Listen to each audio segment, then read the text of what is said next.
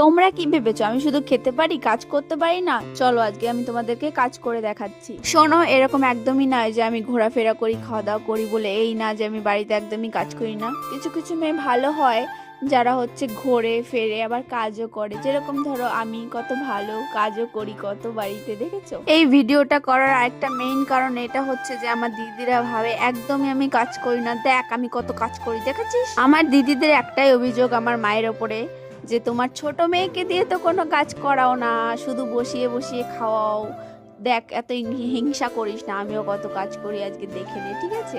আসলে আমাদের বাড়িতে আর কি খড়ি এসেছিল, আমাদের আর কি উনুনেই বেশিরভাগ রান্নাটা হয়, যেহেতু আমাদের গ্রামের বাড়ি। তো আমাদের বাড়িতে বলতে গেলে যে গ্যাসে খুব কমই রান্না হয়, উনুনে বেশি রান্না হয়। তো তার জন্য খড়ি এসেছিল, সেগুলো বাড়ির সামনে নামিয়ে দিয়েছে, আর সেগুলো আমি আর আমার মা আনছিলাম। আর হ্যাঁ, এটা হচ্ছে আমাদেরই গরু, কত ভালো না বলো? আমার বান্ধবীরা যখনই আমাদের বাড়িতে আসে বলে যে গরুর কাছে যেতে ভয় লাগে, কিন্তু আমাদের গরুটা খুবই ভালো।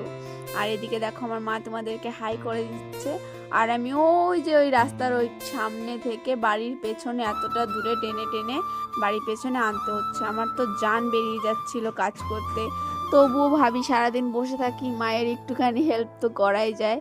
তো আমার একটু একটু কষ্ট লাগছিল, তার জন্য আমি করছিলাম, কষ্টও লাগছিল, আমি ভাবছিলাম যে মায়েরও তো কষ্ট হয়, তো মা তো তাও করে, তো আমিও একটু করি। আর আমার বাবা দেখো বাড়ির পেছনে এসব গাছগুলো লাগিয়েছে, আর বাড়ির সামনেও লাগিয়েছে।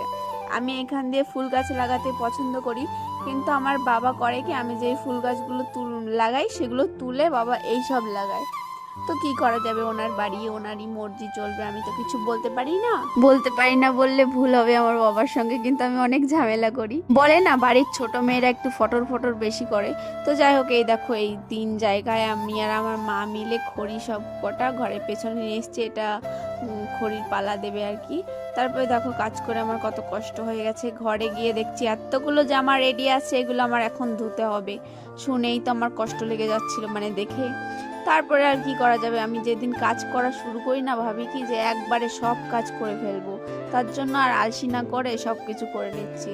এই জামা কাপড়গুলো সেই কবে থেকে ভাবছিলাম যে এগুলো ধুতে হবে ধুতে হবে, কিন্তু আমার আলসি লাগছিল, এর জন্য করাই হচ্ছিল না। আজকে ভাবলাম যে চলো করা যাক। আর এখন তো বেশ শীত পড়ে গেছে, এর জন্য ভাবলাম যে আমার সোয়েটারগুলো আমি মানে ধুয়ে নিই।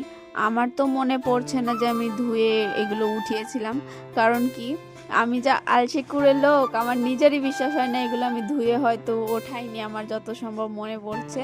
তো তার জন্য ভাবলাম আমার সোয়েটারগুলোও আজকে আমি ধুয়ে নেব। জামা কাপড় অল্প কটা ছিল নোংরা, তো সেগুলোর সঙ্গে আমি আমার সোয়েটারগুলোও